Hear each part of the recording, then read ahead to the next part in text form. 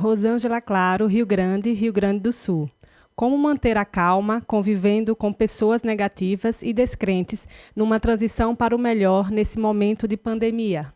Rosângela, sua pergunta foi muito boa porque isso está acontecendo em toda parte. Como manter a calma convivendo com pessoas negativas e descrentes? Nossa, o que o ateísmo pode fazer para a gente agora, né? Ou aquelas religiões e teologia da prosperidade. Faça assim que tudo dá certo na sua vida e você inclusive nem pega o coronavírus, vem para cá. Ah, meu Deus do céu. Chegou a hora da verdade, a verdade relativa que podemos acessar. Sermos mais autênticos, sermos mais responsáveis, mais adultos, mais conscientes, decentes, mais honestos. As pessoas estão sacando a gente. As pessoas sacam, não são tão tolas assim. Não são tão tolas assim. Há muito adolescente aí sacando muito bem o que as pessoas estão vivendo. Muito bem. Noblesse oblige, de novo, a função de responsabilidade exige que a pessoa se comporte de acordo, prestando um serviço real e não criando impérios a benefício pessoal. Voltando. O espírito Eugênio Aspásia, num certo momento, falou que nós podemos tomar duas perspectivas diante de uma crise muito forte. Ou nós podemos encarar mergulhados, nós nos encontramos às vezes mergulhados ou imersas numa crise. Nós podemos entender aquilo como o epicentro de um terremoto. Como vocês sabem nos fenômenos sismológicos, o epicentro é a parte mais destrutiva, a parte onde há mais perigo de desabamento de edifícios, de soterramento de pessoas, morro. É onde há mais tragédia. Ou podemos escolher, com a outra perspectiva, e vou dizer qual é essa perspectiva, estar no olho de um furacão.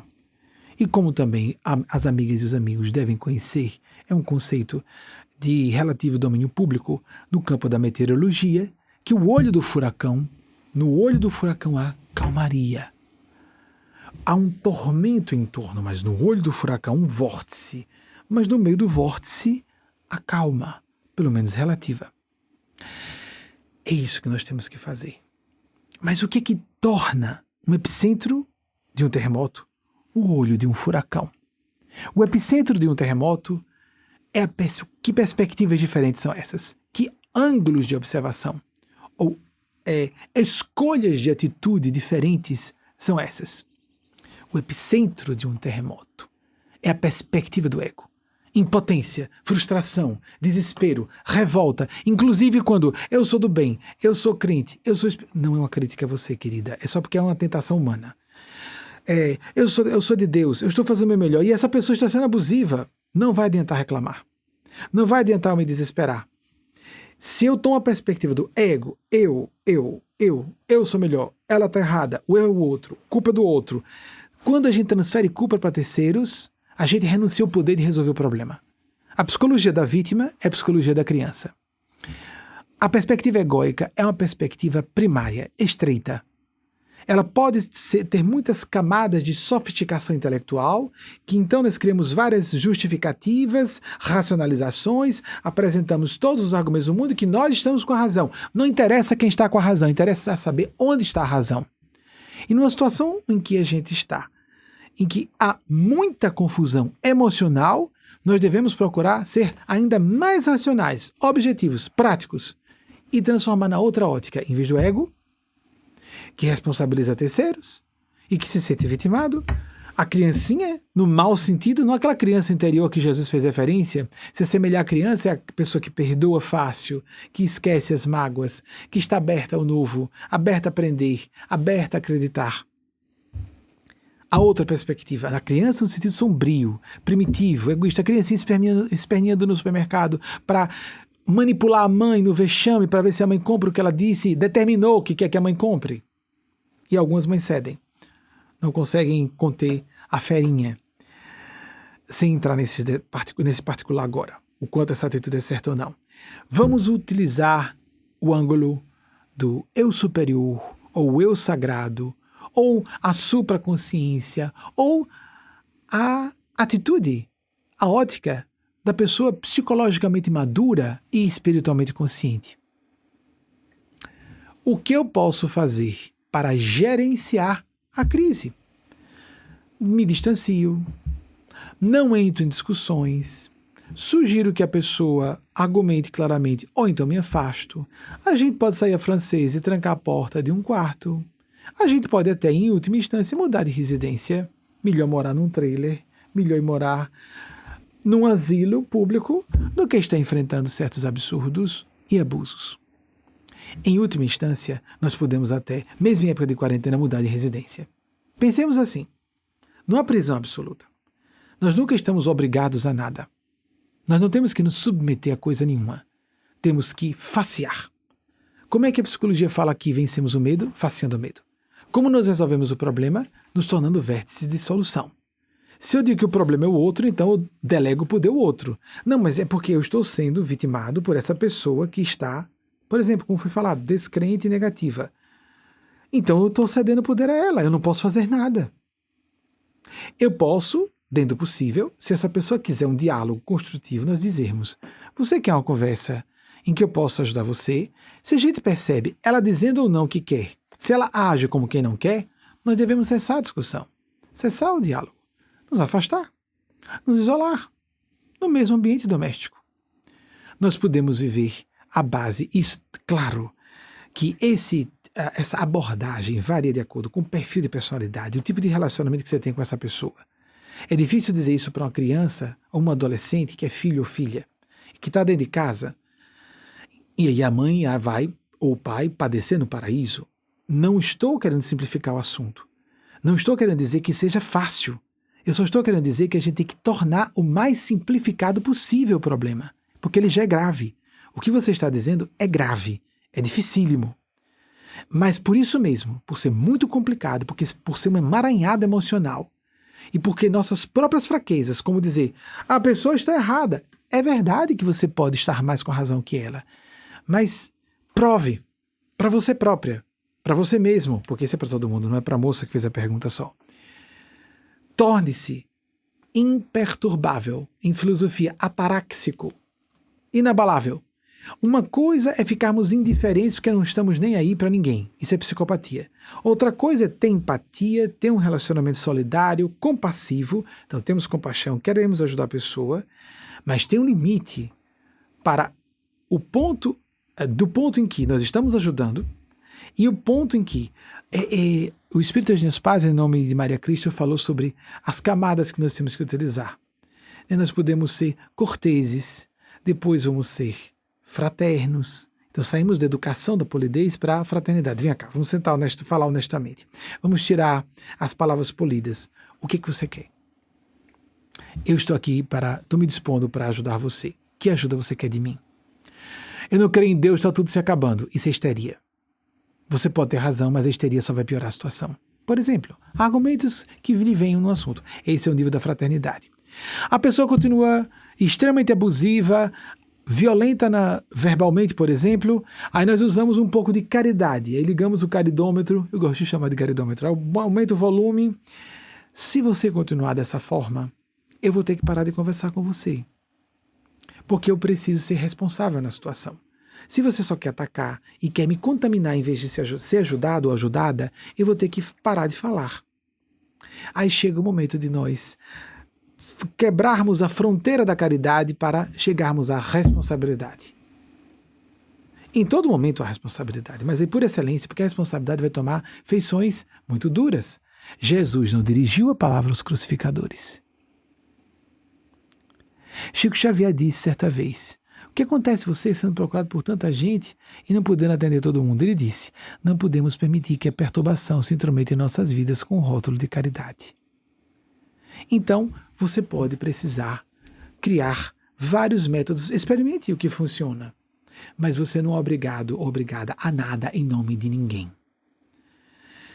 E eu já vi, eu me recordo que a primeira vez que eu vi uma mãe dizer isso, isso foi nos anos 90, eu tinha acabado de lançar o programa de TV, era muito jovem, eu não sabia quão jovem eu era, tinha 23 anos. Nessa área de espiritualidade, com fenômenos mediúnicos e reencarnatórios, é o mais antigo da TV brasileira, como foi dito. Eu era muito jovem. E essa senhora veio falar comigo, estava na casa de 50 anos, e eu me senti um pouco inapto a orientá-la. E aí então essa senhora, quando se aproximou de mim, disse que tinha tirado de casa um filho de 31 anos, porque ela não o considerava mais filho. Eu achei duro demais. Uma mãe dizer que não considera um filho mais seu filho. Mas a questão é que ela estava, como ela disse, patrocinando a toxicomania dele. Patrocinando o vício de drogas. Ele não quer trabalhar, ele não quer estudar. Então resolvi pô-lo para fora de casa. Acho que o correto seria colocá-lo numa clínica de desintoxicação. Botar para fora tão somente, acho que é jogar na vala do crime. Mas isso de dizer, eu não me sinto mãe ou pai ou filho ou filha dessa pessoa, podemos. E as pessoas fazem isso pré-consciente, inconscientemente ou conscientemente. Porque quando, por exemplo, filhos e pais ficam adultos, nós podemos perceber, e pode ser tirânico se nós não fizermos isso, não só pode, como deve ser feito. Prestem atenção, porque pode dizer, não, isso não é desrespeito, não. Não, é o contrário. Eu respeito a condição humana. O que é ser pai e mãe? Em princípio, é uma psicologia aristocrática, dar sem esperar nada em troca. Quando um pai e uma mãe cobram, não estão agindo corretamente. É humano, de vez em quando esperar alguma coisa, mas por princípio está errado. O pai e a mãe é o condutor, a condutora.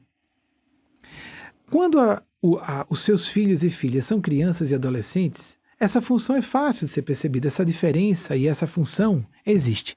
Mas quando os filhos e filhas vão ficando adultos e adultas e vão avançando na maturidade, nós podemos descobrir que um filho ou uma filha pode ser mais maduro ou mais desenvolvido, intelectual, psicológica, espiritualmente, como nós queremos dizer, em vários assuntos, ou de um modo geral.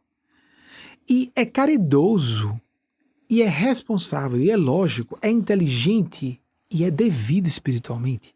Se nós percebemos que uma pessoa não tem o nosso nível e não pode nos dar o que nós estamos cobrando, que nós mudemos o papel, a identidade relacional. Então, em vez de dizer, você não está agindo como meu pai ou como minha mãe, você deveria me socorrer e me orientar? Se o adulto, isso é uma fala de um adolescente de 15 anos. Seja meu pai, e vou bater a porta, eu vou sair de casa, vou fugir de casa. Isso é fala para um adolescente relativamente lúcida. Cobrar que um pai e uma mãe haja como pai e mãe é próprio de crianças e adolescentes, principalmente adolescentes. Adultos, jovens, menos. Adultos maduros, muito menos. Nós temos é que verificar o que é que essa pessoa pode dar a mim. Quem ela é em termos de desenvolvimento intelectual, mesmo para ateus e materialistas, esse princípio vale. Quem é essa pessoa? O que ela pode me oferecer? Qual a melhor das intenções dela? Ela pode me orientar? Ela tem condições de resolver os meus enigmas? Ela tem condições de me orientar nas complexidades que eu vivo? Se ela não tem, é justo que eu cobre que ela continue se comportando como pai ou mãe, como era quando era criança ou adolescente ou bebê? Ou é exatamente o contrário? Se eu respeito e se eu tenho um sentimento fraterno, eu devo dizer, vou ter que mudar o papel. Agora eu serei ou um irmão ou uma irmã e por dentro devo me comportar como um pai ou como uma mãe. Sou eu quem posso conduzir, não o contrário mais. Isso é o correto. É o consciencioso. Às vezes um pai ou uma mãe, por hábito, vai dizer, mas eu sou seu pai, você tem que me obedecer, eu sou a sua mãe, sempre serei. Mãe biológica e pai biológico, os animais são. E a cultura diz isso, tem que prestar obediência e consciência aos pais, etc. Ok, nós ouvimos isso. Relevemos. Não precisa discutir sobre esse assunto, isso é um assunto interno. Internamente, é mais fácil perdoar limitações de pais ou mães quando sabemos que são seres humanos. Para uma criança entre 10 e 12 anos, é comum acontecer aquela decepção, de repente descobre que os pais têm defeitos. Estou trazendo para um assunto específico que cada um aplique para outras situações. Cônjuges, irmãos e irmãs, biológicos ou não, amigos que residam na mesma casa, colegas que se relacionam à distância. Em toda relação nós temos que avaliar qual o meu grau de responsabilidade nessa relação. O quanto eu posso esperar dessa pessoa? Não é lógico, não é justo, não é consciente eu esperar que a pessoa dê o que ela não pode dar. Se eu estou à frente, é interessante que quem se sente vítima se julga à frente. Então ela está sendo fraudulenta com ela própria. Porque se eu me julgo à frente, como é que eu estou cobrando que o outro me dê? Se eu estou à frente, sou eu quem tenho que dar mais. Sou eu que tenho que ser mais compreensivo ou compreensiva. Sou eu quem tenho que ajudar a pessoa a ser mais feliz, a resolver seus problemas, Sou eu que tenho que ser um colaborador ou uma colaboradora mais efetiva na vida dessa pessoa. Então nós temos que fazer a mudança da identidade relacional. Ainda que a outra pessoa não participe desse pacto. Não é um pacto, é uma identidade interna. E nós podemos por fora disfarçar que nós já mudamos essa identidade. Pessoas fazem isso inconscientemente. Por exemplo, isso é bem fácil de perceber quando, não por causa da questão de idade, mas de enfermidades, às vezes relacionadas a uma terceira idade avançada, às vezes pais ou mães começam a ter distúrbios cognitivos mais graves, debilidade, a senilidade, a demência senil, por exemplo, ou o Alzheimer, que é mais comum na terceira idade.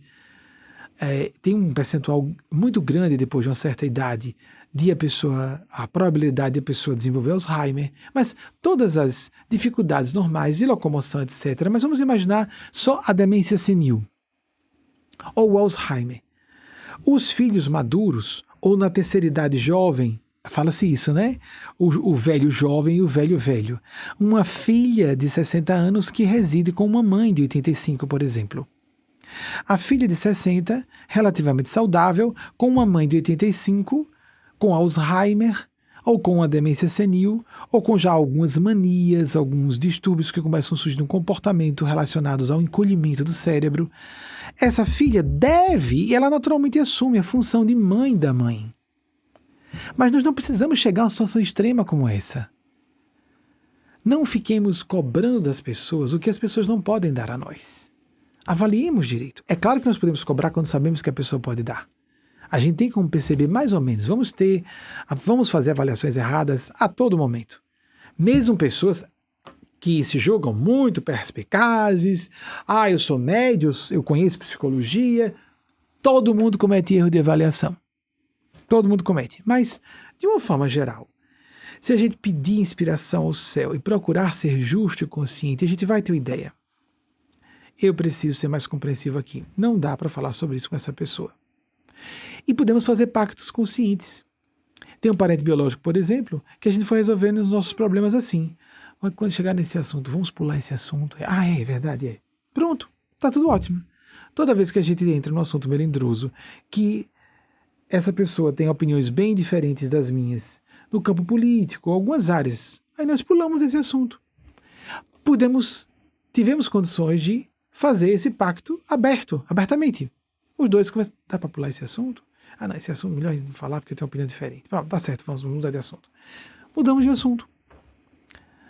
Pode ser simples assim, se os dois lados forem sensatos. Mas existir um lado que não é sensato é arroz de festa. Esse é um dos motivos da reencarnação. Quando estamos todos presos a aparelhos biológicos de manifestação do domínio físico de existência, espíritos de escalas evolutivas, ou almas, ou consciências, como se queira chamar, escalas evolutivas bem diferentes, há uma heterogeneidade evolutiva incrível no plano físico.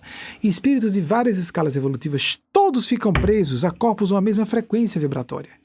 Aí nós convivemos com gente que nós não conviveríamos se estivéssemos fora da matéria densa. Tem gente muito avançada, reencarnada na Terra, convivendo com gente que acabou de descer das árvores. Pode ser uma pessoa loura de olho azul, viu? Não tem nada a ver com raça, nem com classe social. E pior, nem com nível de instrução. Porque, meu Deus do céu, pelo menos nas universidades brasileiras é um vexame. O que tem de gente que não sabe nem usar o português é um desastre. Muito bem. Pessoas primitivas no sentido intelectual, pessoas primitivas no sentido moral. Pessoas viciadas no campo intelectual, viciadas no campo dos sentimentos. Pessoas desenvolvidas, algumas quase sublimes nos sentimentos. E pessoas muito desenvolvidas na inteligência também. O mais comum é desenvolvidas na inteligência, nos sentimentos não. Principalmente porque essas pessoas não querem ser percebidas desse modo. Elas se disfarçam. Quem é a pessoa mais evoluída no campo dos sentimentos? Aquela que sorri graciosa e gira a cabecinha assim. Não, provavelmente isso é uma encenação.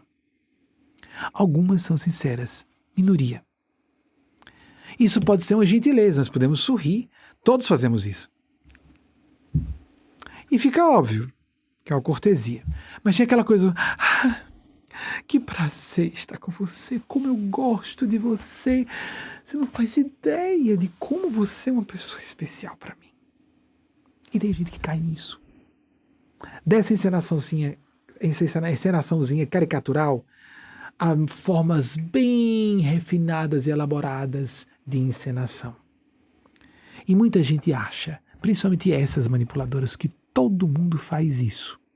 Não acredita que haja pessoas realmente autênticas e que apenas em alguns momentos se ocultam, omitem, não se revelam.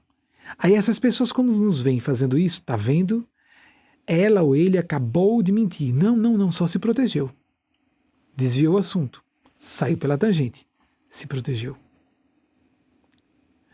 Amigas, amigos, em resumo, vamos para o nosso eixo, o nosso centro de consciência, o pilar da nossa identidade, das nossas responsabilidades. E nesse eixo, eu vou usar de novo a expressão, noblesse oblige. Vejamos o que há de mais nobre, mais sagrado em nós próprios, nosso eu mais elevado, os nossos sentimentos mais sérios, vocacionais, nosso ideal humanitário, vocacional na profissão. Noli fora iri interiori homini habitat veritas. Não siga para fora, no interior do homem habita a verdade. O brocado latino. Que nós estejamos no âmago de nós próprios, todas as religiofilosofias, do passado e do presente, do Oriente e do Ocidente, permitam reiterar, dizem a mesma coisa. Aqui temos a repercussão de Deus em nossas almas, não precisamos ser médios ostensivos, não precisamos ser sumidades de cultura, em área nenhuma, nem em cultura geral também. Não precisamos ter uma inteligência brilhante. Vá para o seu coração. Quando a gente fala coração, nós que cremos como hinduístas, budistas, kardecistas, nós também seguimos essa linha de os plexos, os centros energéticos principais que ligam o corpo físico ao espiritual. O plexo cardíaco. Em 1994 foi feito um estudo que é um conjunto de células nervosas que ligam-se ao cérebro, só um estudo científico, uma pena, e que esses dois sistemas podem estar emparelhados ou não, como se fosse uma bússola. Realmente, quando as pessoas dizem, e às vezes botam a mão no coração em momentos difíceis, e quando estão sendo sinceras, estão. E não façamos isso com encenação. Nos respeitemos, somos um templo. Nos respeitemos. E buscando a nossa bússola sagrada, nossa consciência, respeite Deus que se irradia em você. Nós não somos Deus, como dizem os panteístas. Eu acho isso extremamente arrogante, delirante, e me permitam dizer medíocre. Já que eu não posso, já que eu tenho que aceitar que Deus existe, então eu sou Deus. Não.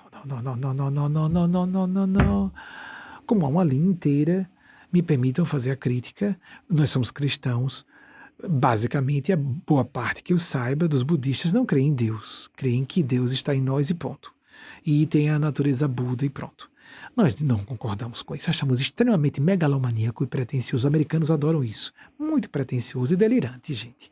Existe um Deus transcendente. Existe o absoluto. Existe o transcendente. O que está fora da nossa capacidade de cognição. Não admitir isso é dizer que nossa capacidade de cognição pode absorver o universo inteiro, até cientificamente. Isso é uma afirmação errada. Cientificamente. E ciência trabalha com fatos, e não com ideias.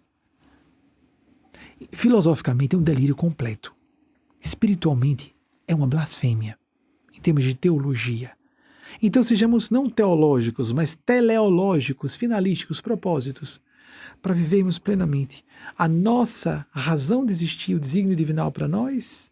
Vamos para o nosso eixo, para a nossa interioridade. Aqui, como disse Jesus, existe o reino de Deus. Consciência em paz, às vezes sem alegria, sem euforia, às vezes tristes. Aceitemos esses momentos de estresse, desgaste, mas aproveitemos a oportunidade excelente. É excelente essa oportunidade, mas nós precisamos escolher torná-la excelente ou desperdiçá-la no desespero. A escolha é sempre nossa.